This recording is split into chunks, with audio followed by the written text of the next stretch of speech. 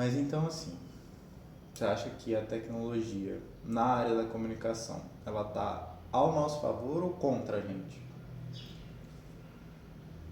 Teoricamente, ela deveria estar a nosso favor.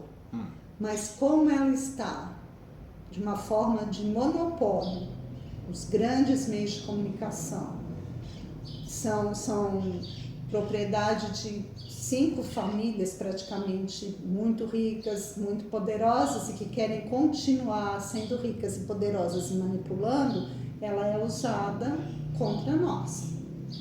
Aí, quando surgiu a televisão, que primeiro tinha o rádio, bababá, aquelas coisas. Aí surgiu a televisão, porque o rádio tinha uma coisa assim, você ouvia, mas aqueles momentos e você ouvia junto com outra pessoa, aí vocês comentavam. A televisão, inicialmente começou assim, os aparelhos de televisão, porque não era todo mundo que podia ter a televisão, o aparelho. Então, quando começou a surgir, aí um vizinho comprava, quem tinha mais espaço comprava, e os outros todos, a gente ia para casa daquele lá, e os adultos assistiam sentados, né? E as crianças ficavam na janela ou na porta do lado de fora assistindo. Então, era um programa ou outro, aí a gente sentava, ia conversar, eles iam conversar, a gente ia brincar, tudo isso. E também não era programação o tempo todo, era complicado, era um programa... Como assim? Era um programa, depois parava de passar qualquer coisa? Parava, chegava um certo momento lá da noite, não era toda a grade preenchida, era um programa aqui, aí um espaço, um programa ali, aí chegava de noite, tipo 10 horas, aí aparecia aqueles chuviscos, antes falava assim, estamos encerrando nossa programação, amanhã, não sei o que lá, aí no dia seguinte começou, então tinha essa folga, sabe? Sim. Mas aí depois os programas foram, a grade foi sendo preenchida, aí a televisão ficou praticamente 24 horas de transmissão, aí caiu a qualidade da programação. Mas o que você diz por qualidade dessa época? Você lembra assim? Lembro, porque tinha novela, né? Sim. Mas as novelas, elas eram de adaptações de romance, de história, livros? de livro. Ah. Então você tinha lido aquele livro e tinha uma novela. Então tinha várias novelas de romance mesmo. Eles pegavam um romance e adaptavam para a televisão. Então tinha todo aquele o ambiente, a ambientação, a história de época, aquele idioma bem trabalhado e tudo. E o resto era programação local. Sim. Aí não tinha Globo. Aí quando a Globo assumiu, né, na ditadura, teve toda aquela coisa lá, eles foram meio que acabando com os regionalismos, com os programas regionais. Aí eles criaram um jornal nacional, então todo o Brasil via aquele jornal que era lá no Rio de Janeiro, com o jeito de falar carioca, com o jeito da realidade, e as pessoas tinham que mais ou menos ter o padrão Globo, que era né? O sotaque tinha que ser corrigido. Aí aparecia muito, focalizava só o Rio de Janeiro, São Paulo, e o resto do país não aparecia. Então, foi massificando. Aí, quando eles queriam lançar algum tipo de enfeite, de roupa, de modismo, de ideia, punha nas novelas e passava no país todo, e aí você ficava muito igual. E isso foi fazendo também com o que eles queriam que a gente pensasse. Então, o que eles escondiam, o que eles apoiavam, não apoiavam. Na época do movimento das diretas, que o povo ia para a rua e fazia as manifestações, a Globo falava que era aniversário da cidade, ela não falava que ali era o movimento das diretas. Ah, entendi. Você entendeu? Eles mascaravam o evento. Mascarava. Não. E ao mesmo tempo, o que eles queriam que ficasse grande, podia ser pequeno, que eles iam comentando para ficar do jeito que eles queriam. Então, os meios de comunicação em massa, eles foram contra a gente, sim. Contra as pessoas, contra os movimentos, e é assim até hoje. Quando eles querem que o governo seja neoliberal, eles colocam só economistas que defendem aquela realidade. Não tem, como se não existisse no país economista que pensasse diferente. Ou que pensasse politicamente diferente, ou que pensasse de movimentos diferentes. Não, eles não dão chance. Não dão. Então, é uma manipulação. Mas, por exemplo, não tinha... Eu acredito que tivesse na sua época, por exemplo, um conflito das mídias grandes, né? Que antes da televisão tinham... Eu não sei se era... Foi antes da televisão que tinham jornais, certo? Jornal impresso. Sim. Pois Jornal impresso. Acabou. Então, mas não tinha um conflito, assim, jornal impresso tentando passar outras informações, outras mensagens? Porque os donos da mídia, da televisão, os que detêm os meios de comunicação, tanto impresso quanto a imagem, quanto só, são as mesmas famílias. Entendi. Aqui no Brasil não acontece igual acontece em outros lugares, que tem muitas pessoas, um detém a televisão, o outro detém o jornal, o outro detém não. Aqui são 5 famílias que têm todos os monopólios nas mãos e fazem do jeito que eles querem. Com certeza. Aí tinha mídia independente, teve a mídia independente na época da ditadura. O jornal Pasquim, o Jornal do Brasil, mas a ditadura só favoreceu a Globo porque a Globo apoiava a ditadura. Entendi.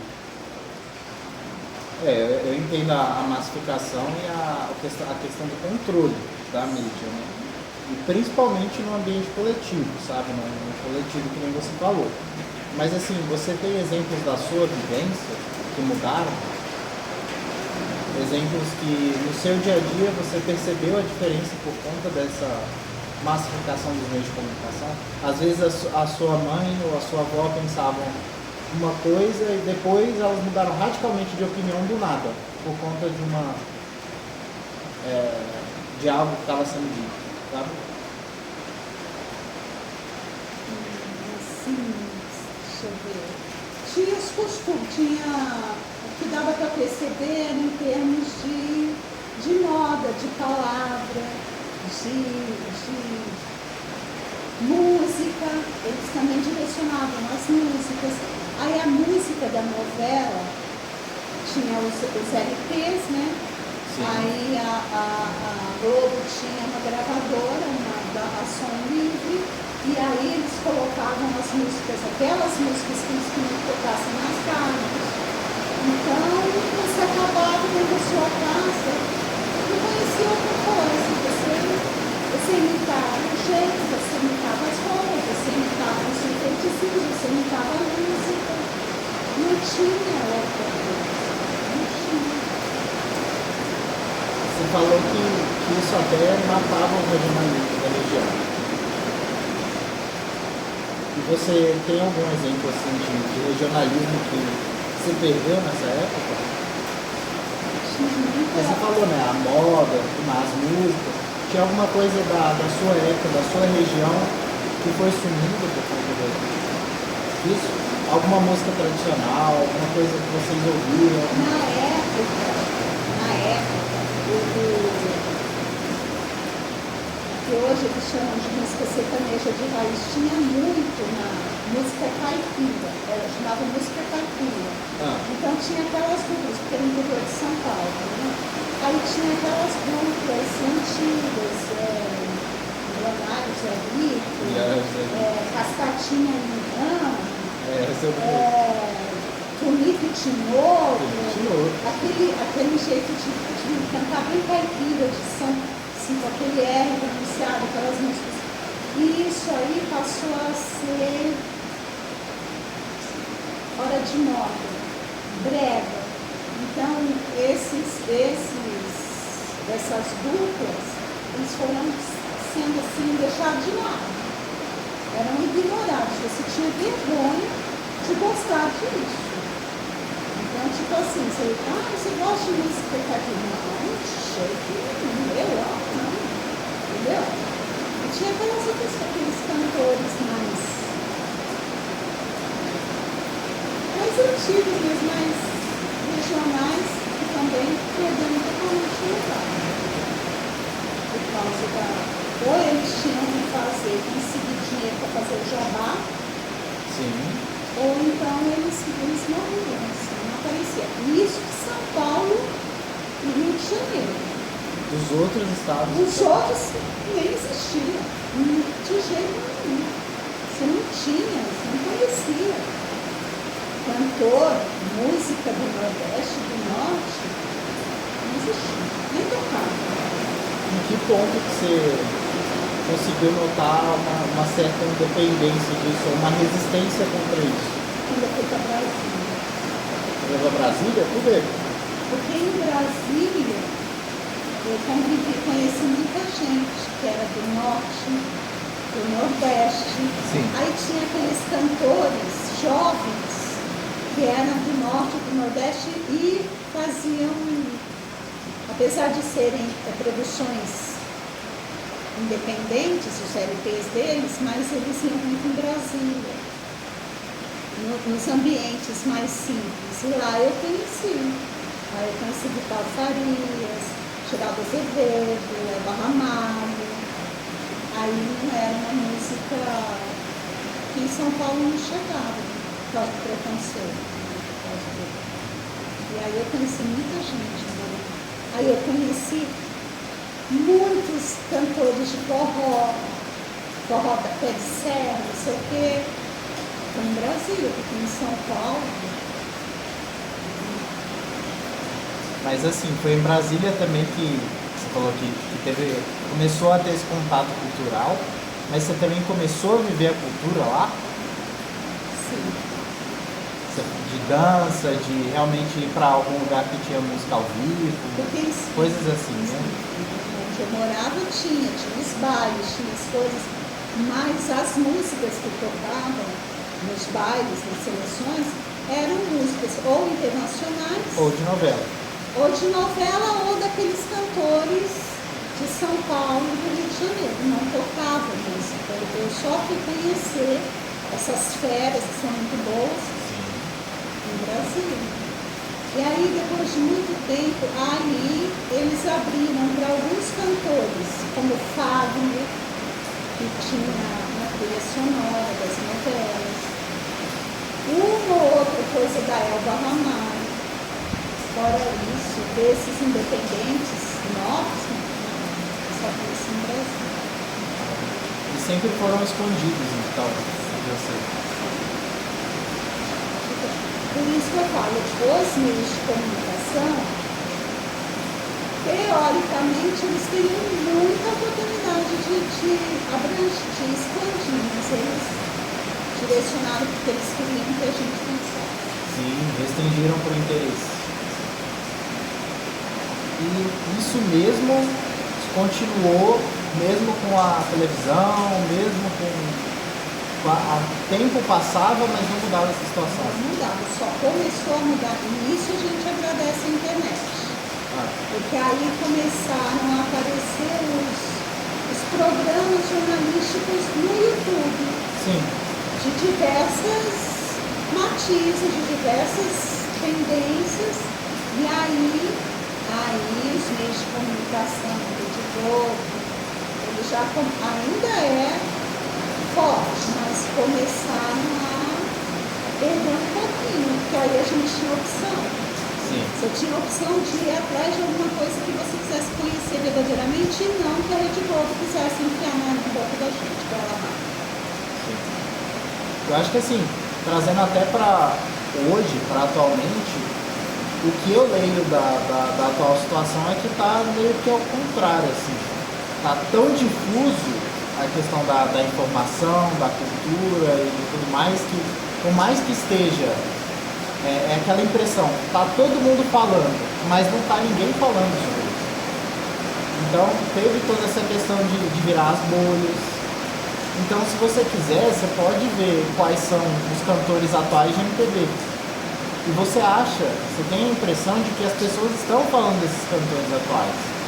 Mas ninguém está falando. É a mesma coisa, sei lá, algum interesse que é muito seu. Que lá atrás você tinha a sorte de conhecer alguém que também tinha, por exemplo, plantar, cuidar de plantas, né? É uma coisa que você teve interesse. Sim. E que antes você precisava conhecer alguém que tinha esse interesse. E hoje você pode ver uma pequena comunidade de gente que gosta de plantas. Sim. Mas ao mesmo tempo, se você sai na rua, é a mesma coisa. Não é todo mundo que conhece, que sabe. Mas a diferença é que, por exemplo, mesmo se eu gostasse ou não gostasse, eu tinha que esperar um meio de comunicação, achar que aquele assunto era relevante, fazer um programa. E geralmente o programa que tinha esse, por exemplo, sobre literatura, ou sobre ciência, ou sobre planta, alguma coisa que não chamasse atenção, eles colocavam 6 horas da manhã, meia-noite e meia, fora de qualquer horário interessante que você pudesse ficar acordado. E aí você tinha que se submeter a isso. Então nesse ponto está a nosso favor. A tecnologia. Agora, o que acontece hoje? A massificação, a manipulação, ao invés de ser agora só de uma emissora, está sendo de outros movimentos, o movimento de extrema-direita, o movimento de extrema esquerda, o movimento e um monte de mentira. Então você perde a confiabilidade nas informações. Mas não é da internet, porque as redes, as emissoras também faziam isso.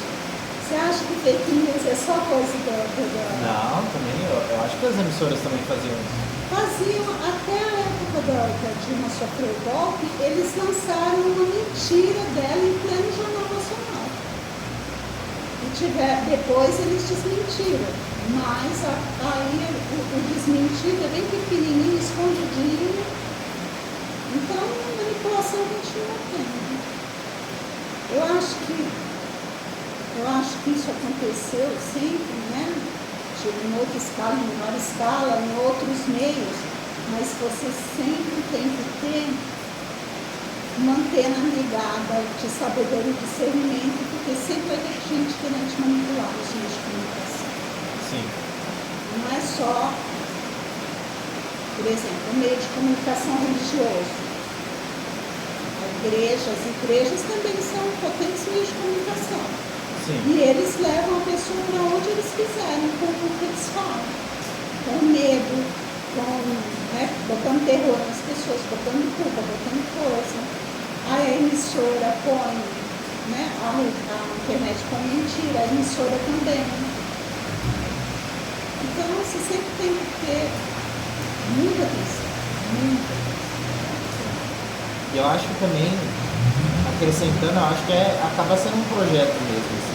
Porque a partir do momento que eles viram que não daria para controlar tão eficiente a massa pelo coletivo, eles acabaram trocando o discurso para usar essa difusão de informações para controlar as pessoas uma por uma. E eu acho que isso é bem mais forte, sabe? Um método muito mais eficiente de controlar as pessoas. Porque aí você coloca informações falsas, você acaba colocando a pessoa dentro de uma bolha que ela vai confiar no que ela está procurando, o que ela está vendo. Isso é normal. Valida a ideia dela. Valida a ideia dela. Mas é normal até certo ponto. Porque eles aproveitaram essa ideia que a gente queria ter a opinião própria, decidir por nós mesmos, enxergar o mundo por nós mesmos, e colocaram meio que essa ilusão. Você que acredita nisso. Na verdade não, na verdade eles que fizeram você acreditar nisso. Exatamente. E E aí vai ficando um delírio maior, porque eles incentivam você a ser menos, a agir menos coletivamente. Então tem menos chances de alguém te contrariar. Com certeza, porque se te contrariar, você faz uma coisa que as pessoas não faziam antes. Por quê? E sempre falando assim, pô, você não está satisfeito com o que eles estão falando, vai lá e desliga o botão, muda o canal. Não adiantava a gente mudar o canal, porque as emissoras Falavam a mesma coisa, né? Mais ou menos. usavam o mesmo discurso com personagens diferentes, então não adiantava muito. Aí eles falavam, desliga a televisão, vai levantar a menina. Aí a gente, o que acontece com a internet? Alguém falou que você não gosta, você cancela. Você simplesmente não vai ouvir mais aquela pessoa, nem para ter o contraditório. Sim. Então, para você ter o contraditório, ou você tem que ter muito estômago, se ouvir o que você não concorda, mas ouvir para conhecer, ou que a maioria não faz, ou você vai ouvir só aqueles que te validam. Ah, eu gosto só da cor azul. Então você vai assistir um influencer, um jornal que vai ser só azul. Sim. Como se o mundo pudesse ser só azul. Como se as plantas pudessem ser só azuis, e as casas, e as roupas, os sapatos. Isso não existe. Mas aí você vai viver num mundo paralelo. E aí não existe mais verdade ou fatos históricos. Existe narrativas. A minha narrativa, a sua narrativa. Isso aí para ideia, para gosto, para gostar de comida, é uma coisa. Mas você usar a narrativa para a realidade, para a situação econômica, para a história, eles têm narrativas para mudar a história que já aconteceu. E aí é perigoso, é muito estranho. Porque a gente não pode ficar fora do mundo, a gente não pode ficar fora de conhecer as notícias, mas você tem que ir para as notícias com 500 antenas ligadas. E é complicado. E isso me parece não ser alguma coisa da sua época ou da minha, sabe? É algo geral. E nem só do Brasil. É algo Então, geral. É angustiante. É. É assim, tem hora que você tem que parar, desligar tudo e dar uma pausa, porque senão você cai numa tristeza sem fim de ver as coisas acontecem. Exatamente. Mas acaba sendo um sentimento meio misto, né? Porque é aquela mesma coisa, a internet propiciou, a internet e a tecnologia na área da comunicação propiciaram muitos avanços.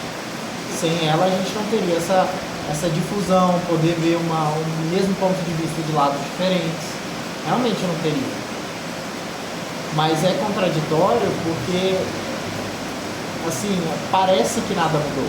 Parece que, mesmo tendo essa difusão, as pessoas que antes controlavam a mídia ainda controlam, só que de outro jeito. Então é meio difícil. Mas tem umas vantagens, por exemplo. Está ali à sua disposição para você acessar. Sim. Então, de repente, você tem canais do YouTube com o Portela, com o canal, com o Clóvis, com outros filósofos, com a Lucilena Galvão. Sim. E que você não ia ter aquilo se você não estivesse na cidade deles ou fosse aluno deles. Então, isso é fantástico.